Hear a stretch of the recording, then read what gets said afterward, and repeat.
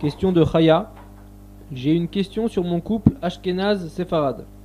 J'ai appris que la fête de Pessah était une exception et que la femme pouvait garder toutes ses coulottes et ses khumrot de jeune fille. Alors, ce n'est pas forcément une exception. Effectivement, une femme ashkénaze mariée à un sfarade peut ne pas manger de kitniot, par exemple. Ne pas manger tout ce qu'on appelle, je crois que ça s'appelle, j'ai oublié comment ça s'appelle en français, les kitniot, ça veut dire les pois chiches, les lentilles, les légimites, comment on dit en français? J'ai oublié.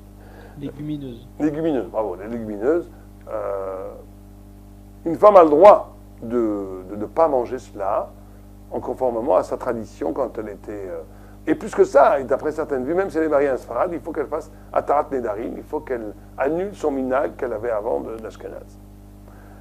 Elle peut, si son mari l'exige, lui préparer du riz à son mari s'il mange du riz.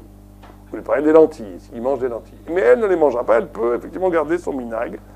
Même si elle veut prendre le minag de son mari à 100%, elle fait Atarat Nedarim, mais elle est comme son mari.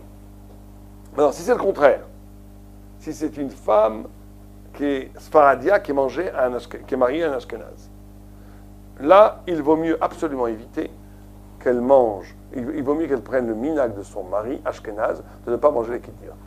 Si son mari lui permet, dans certains cas, certains permettent dans la famille de la jeune fille de continuer à manger les kitniot, même si elle est mariée à un ashkenaz, effectivement. Ceci dit, c'est quelque chose qu'il vaut mieux éviter le khafila.